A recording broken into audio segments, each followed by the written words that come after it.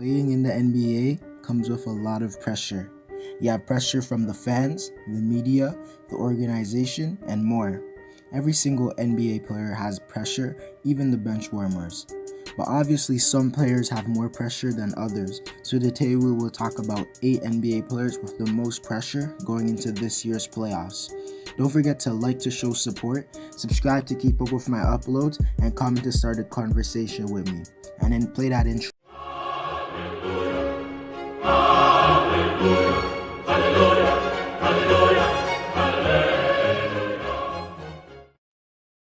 First off, we will start off with LeBron James. We all knew LeBron would be on this list. He is simply the most scrutinized player in NBA history. This year is no different, with this year LeBron being an MVP candidate and leading his team to the #1 seed in the Western Conference. LeBron has many pressure to prove if he's still the best player in the NBA, and if in these playoffs LeBron leads the Lakers to a championship, it will help his case as an all-time great. LeBron has no doubt been trying to surpass Michael Jordan all-time his whole career. If LeBron does great in these playoffs and wins, he will be one step closer to MJ. But if LeBron loses and plays bad this year in the playoffs, there is no chance of him surpassing MJ. That is a lot of pressure, and LeBron simply has had pressure all of his life, so I expect him to do well. You probably thought James Harden would be on this list as well, because of all of his previous playoff disappointments. James, since 2015, has had a very good playoff success, with him making it to the conference finals 2 times in the last 5 years. But in the many years, James has underperformed in big games. An example is in 2015, when the Rockets trailed the Golden State Warriors 3-1 games in the conference finals, and in the closeout game, James scored 14 points on 18% from the field and had a terrible 12 turnovers, which broke the record. Another example is in the 2017 playoffs, where the Rockets were down 3-2 to the Spurs in the second round, and in the closeout game, which was without Kawhi, James scored 10 points on 18% from the field, along with 6 turnovers. There's many other examples, but that's for another video. The point is, if James can do well in these playoffs, it will possibly get rid of his playoff choker narrative. But if James does bad these playoffs, his playoff resume will be very disappointing. The next player we will talk about is Giannis Antertz, who over the last 2 playoffs has been disappointing. For example, in the 2017-2018 playoffs, the Milwaukee Bucks faced the Boston Celtics, who were without their 2 best players in Kyrie Irving and Gordon Hayward in the first round. The Celtics were led by a rookie in Jason Tatum and a second-year player in Jaylen Brown. And Giannis, who was considered a superstar at the time, couldn't lead his team over them.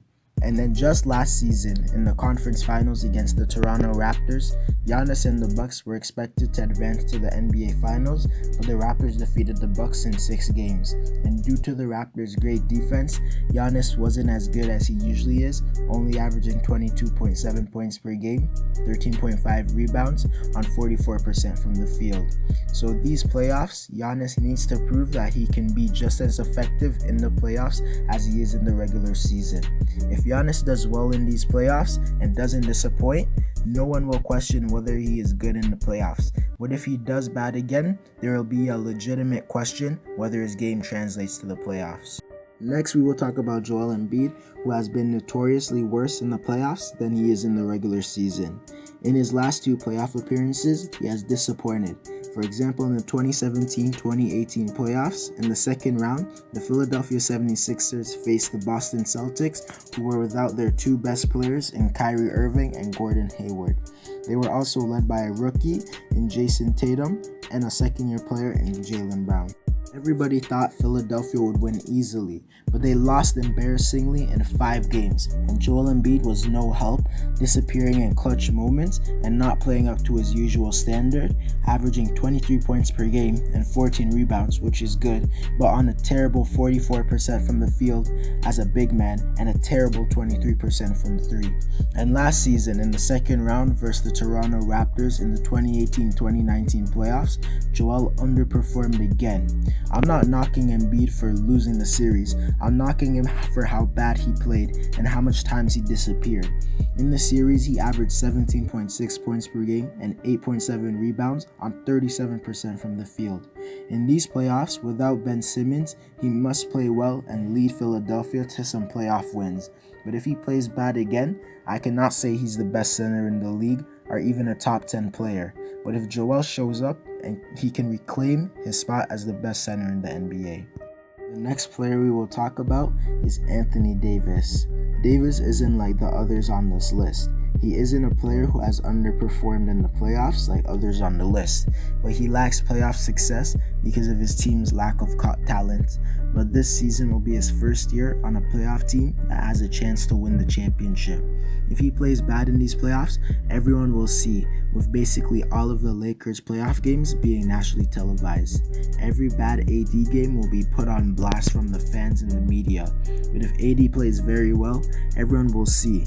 Also, if he plays well, it can help his career a lot because the only thing he lacks is playoff success. But if he wins a championship, that would put him above many players who fans put him under right now. Even if they win the championship and AD doesn't win the Finals MVP, it will still help his career drastically as long as he plays well in the finals. Paul George is one of the most inconsistent superstars, especially in the playoffs. Some games he looks like he can't be guarded, and some games he looks like absolute trash. But this year in the playoffs, he must play well because everyone will be watching the LA Clippers. And if he goes 3 for 18 in an intense game, everyone will see. Over the course of his career, Paul has been inconsistent, with him mostly being pretty good overall in the series, but in many of the games that mattered, PG has played terrible, such as in the 2017-2018 playoffs in the first round versus the Utah Jazz, in Game 6, where the Thunder were down 3-2. In the closeout game, Paul put up 5 points on 2 for 16 shooting. He has done this multiple times, and the Clippers cannot afford a game like this against a good team like the Lakers. The final player we will talk about is Russell Westbrook, who might be one of the worst superstars in the playoffs. He's incredibly inconsistent. In Russell's last 3 playoff appearances, he has shot worse than 40% from the field. That is terribly efficient for a guard. In his last 2 playoff appearances, Russell was expected to win, but he lost embarrassingly. For example, in the 2017-2018 playoffs, Russ lost to the Utah Jazz, a team led by the rookie Donovan Mitchell in the first round. And in the 2018-2019 playoffs, Russ and the OKC Thunder faced the Portland Trail Blazers, who were without Jusuf Nurkic, and they lost in 5 games. Ever since KD left, Russ has only won 4 playoff games, and his playoff record since KD left is 4-12.